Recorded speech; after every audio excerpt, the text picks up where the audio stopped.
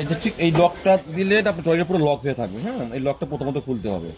এই যে খুলে চাপ দিবেন, দেখুন এটা আওয়াজ আসতে করে হয়ে গেল।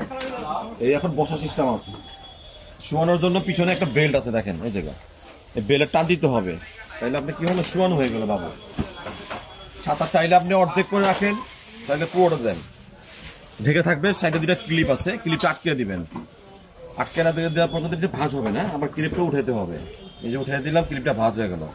আবার বাবু যখন বসতে চাপে তখন এই ফিতা টান দিলেই হবে, দেখেন এই জায়গায় শুধু টান দিবেন, টান দিলে যে বসানোর সিস্টেমটা হয়ে গেল। পিছনে চাকাটা ব্রেক, আর আটকে দিলে ব্রেকটা করবে না, একদিকে স্টিলে থাকবে। এটা হলো মুভিং, এটা কোনো ব্রেক টেক নেই, এটা চতুর্দিকে ঘুরবে। আর আবার যদি সামনে এটা খুলতে চান এটাও খোলা যাবে। যেখানে দেখেন লক আছে, এই যে লকটা টান দিতে হবে, টান দিলে এটা খুলে যাবে। দুই পাশে দুইটা লক, এই দেখেন এই যে খুলে গেছে। হ্যাঁ, আবার চাপ দিয়ে লাগিয়ে দিবেন। আবার ভাঁজটা আমি আবার দেখাই দিই, এখানে এখানে যে একটা লক আছে, এটা পুশ করে সামনে থেকে চাপ দিতে হবে, এই যে লক হয়ে গেল। ঠিক আছে, ধন্যবাদ।